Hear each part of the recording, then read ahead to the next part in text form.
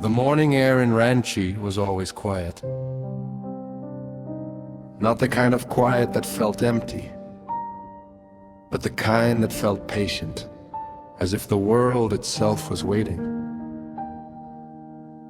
In a modest government quarter, a young boy named Mahendra Singh Dhoni would wake up before most alarms were. There was no rush in his movements, no complaint on his lips. Even as a child, he carried a strange calm in his eyes, the kind that made adults pause without knowing why. His father, Pan Singh Dhoni, believed in order. Life, to him, was something you showed up for every day, whether you felt like it or not. His mother, Devaki Devi, believed in balance, faith, humility, and patience. Between those two influences, Dhoni learned his first lesson long before cricket entered his life: do your duty and let results follow. There were no cricket posters on his walls, no talk of fame at the dinner table, just school discipline and quiet encouragement. Dhoni was never told he was special, and perhaps that was the greatest gift he was given.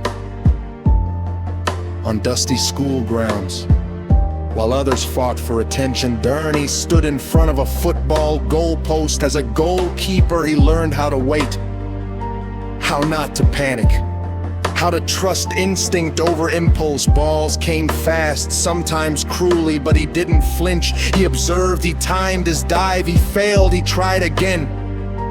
Unknowingly, he was training for something much bigger than football. Cricket entered his life almost by accident. A coach noticed the boy who caught everything thrown at him and asked him to wear wicket-keeping gloves. They were too big. The bat felt unfamiliar. His technique was awkward. But something about him felt right. The ball obeyed his hands. The pressure didn't disturb his breathing. Slowly, cricket chose him. Dreams, however, don't cancel responsibilities to support his family. MS Dhoni took a job as a ticket collector at Kharagpur railway station. Nights blurred into mornings, trains roared past while he stood on platforms, checking tickets, listening to announcements echo endlessly. Most people would have buried their dreams there. Dhoni didn't.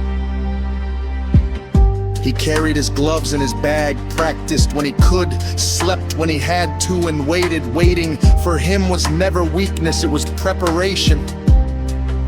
When he finally wore the Indian jersey, reality struck harder than fantasy. He failed, he got out for a duck. Critics laughed at his unorthodox style. Commentators questioned his place for a moment. The dream trembled. But Dhoni didn't argue, didn't explain, didn't perform for sympathy. He returned to work, refining his game quietly, trusting the process he had always trusted. Then came the innings that changed everything. Fearless, raw, powerful, not reckless, just honest. Suddenly, the risks that were mocked became his identity. The world saw something new in Indian cricket, but Dhoni remained the same man who had once stood alone on railway platforms. Leadership arrived unexpectedly. In 2007, a young Indian team, stripped of seniors and expectations, was handed to MS Dhoni. He didn't deliver speeches filled with fire. He created space. He listened, he trusted, and under that calm leadership, India lifted the T20 World Cup. Dhoni smiled gently, as if he already knew chaos didn't last forever. What followed was an era. Players grew under him, Mistakes didn't end careers, fear didn't rule dressing rooms. Dhoni believed people performed best when they felt safe. He backed youngsters when the world doubted them. He stayed silent when knowings demanded reactions. And Tony Lynn, when a billion hearts were racing, he walked out to bat in a World Cup final. No rush, no drama. And when the ball sailed into the stands for that final six, it wasn't just a shot. It was the result of years of patience, discipline, and belief.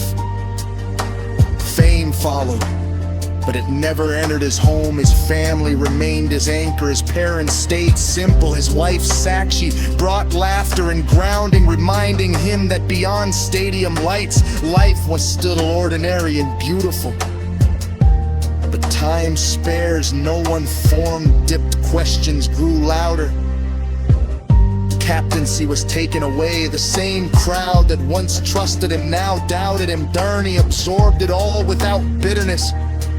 He turned inward, toward motorcycles, farming, quiet mornings. He understood something most don't. Identity tied to success is fragile. He returned when he felt ready, not to prove anything, just to play. In yellow, leading Chennai's Super Kings, he showed that experience, calm, and timing still mattered, that wisdom doesn't age. And then, one day he left. No press conference, no farewell tour, just a message, simple, final. MS Dhoni walked away exactly how he lived, without noise, without regret. Today, his legacy isn't just in trophies or records. It lives in a mindset, in the idea that you don't have to shout to lead, that silence can be strength, that patience, when practiced daily, becomes power. The boy from Ranchi never chased greatness. He simply showed up every day,